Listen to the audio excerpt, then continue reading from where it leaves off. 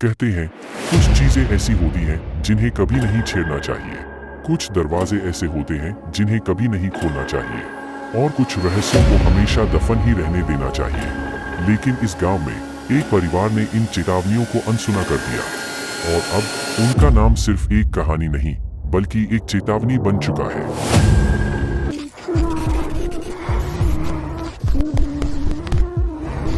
एक समय की बात है, एक छोटे से गांव में एक परिवार को एक पुरानी और भयावह दिखने वाली गुड़िया मिली।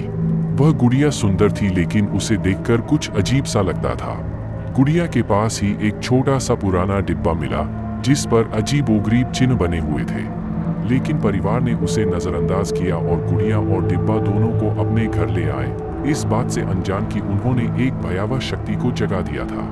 उस रात जब परिवार गहरी नींद में था, घर में अजीब अजीब सी आवाजें आने लगी।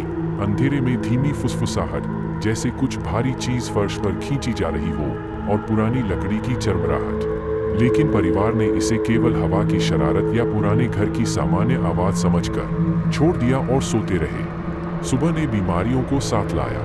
बेटा, जो पहले हंसता खेलता था, अब बिस्तर में सफेद पड़ा हुआ था, ठंड से कांपता हुआ। डॉक्टर भी कारण नहीं समझ पाए। लेकिन जैसे जैसे दिन बीतते गए, बीमारी फैलती गई, बेटे से बेटी तक और फिर पिता तक। जो घर कभी हंसी और खुशियों से भरा था, अब अंधकारमय और ठंडा हो गया, खांसी और निराशा की आवाजों से गूंजता हुआ।